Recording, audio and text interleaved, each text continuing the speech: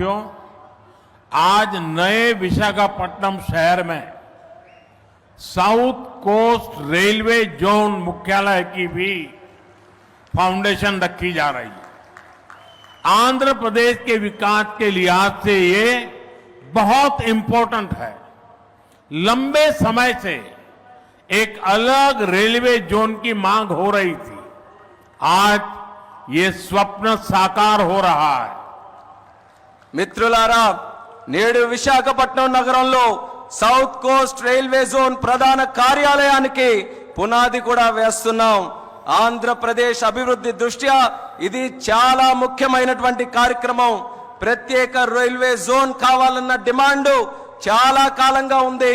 అటువంటి కళ, ఈ చిరకాల కోరిక ఈ రోజు నెరవేరబోతుందని తెలియజేసుకుంటున్నాను. साउथ कोस्ट रेलवे जोन का मुख्यालय बनने के बाद इस पूरे क्षेत्र में कृषि और व्यापार से जुड़ी एक्टिविटीज का विस्तार होगा। इसके अलावा टूरिज्म क्षेत्र और लोकल इकोनॉमी को भी प्रगति के नए अवसर मिलेंगे। సౌత్ కోస్ట్ రైల్వే జోన్ యొక్క ప్రధాన కార్యాలయం అయిన తర్వాత మన ఉత్తరాంధ్ర ప్రాంతంలో వ్యవసాయం మరియు వ్యాపారానికి సంబంధించి కార్యకలాపాలలో విస్తరణ జరగబోతుంది. ఇంతే కాకుండా పర్యాటక రంగం మరియు స్థానిక ఆర్థిక వ్యవస్థకు కూడా కొత్త అవకాశాలు లభిస్తాయని తెలియజేస్తున్నాను. आज यहां कनेक्टिविटी से जुड़े thousands ऑफ करोड़ के प्रोजेक्ट्स का उद्घाटन और शिलान्यास भी हुआ है। रेलवे के क्षेत्र में आंध्र प्रदेश उन राज्यों में शामिल है जहां 100% इलेक्ट्रिफिकेशन हो चुका है।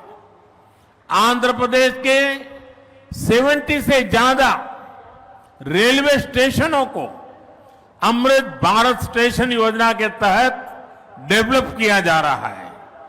आंध्र प्रदेश के लोगों की ईज ऑफ ट्रेवल के लिए 7 वंदे भारत ट्रेनें और अमृत भारत ट्रेन भी चलाई जा रही है। నేడు కనెక్టివిటీకి సంబంధించి వేల కోట్ల విలువైన ప్రాజెక్టుల ఇక్కడ ప్రారంభోత్సవం మరియు శంకుస్థాపన జరుగుతుంది.